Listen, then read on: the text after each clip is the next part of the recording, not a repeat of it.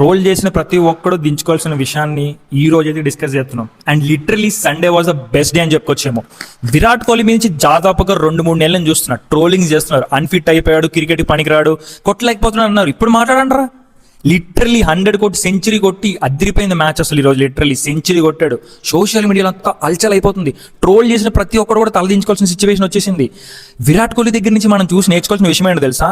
తను ఎప్పుడు కూడా ఫెయిల్ అయినా కూడా తను ఇచ్చే సాలిడ్ కంబ్యాక్ ఉంటుంది చూసావా, అది మాత్రం వేరే లెవెల్ ఉంటుంది. అసలు ప్రతి ఒక్కరికి తన యొక్క మ్యాచ్ తోటి ఆన్సర్ ఇచ్చాడు.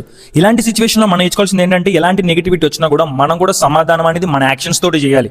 ఇలాంటి విషయాలన్నింటినీ కూడా చాలా మంది అంటుంటారు, క్రికెట్ పిచ్చోడివి అది పిచ్చోడు అంటారు. కానీ క్రికెట్ పిచ్చి, సినిమాల పిచ్చి కాదు మాకు. ఆ విషయాల ద్వారా చాలా విషయాల్ని ఇంత బాగా అర్థం చేసుకుంటాం కాబట్టి వాళ్ళన్న ఇష్టం, ప్రేమ ఉంది. అర్థమవుతుందా? ఎవడైతే విరాట్ కోహ్లీని ట్రోల్ చేసాడో వాళ్ళందరికీ ఈ వీడియో వెళ్ళాలి. షేర్ కొట్టు మామ. నువ్వు నిజంగా విరాట్ కోహ్లీ ఫ్యాన్ అయితే కింద కామెంట్ చేయి.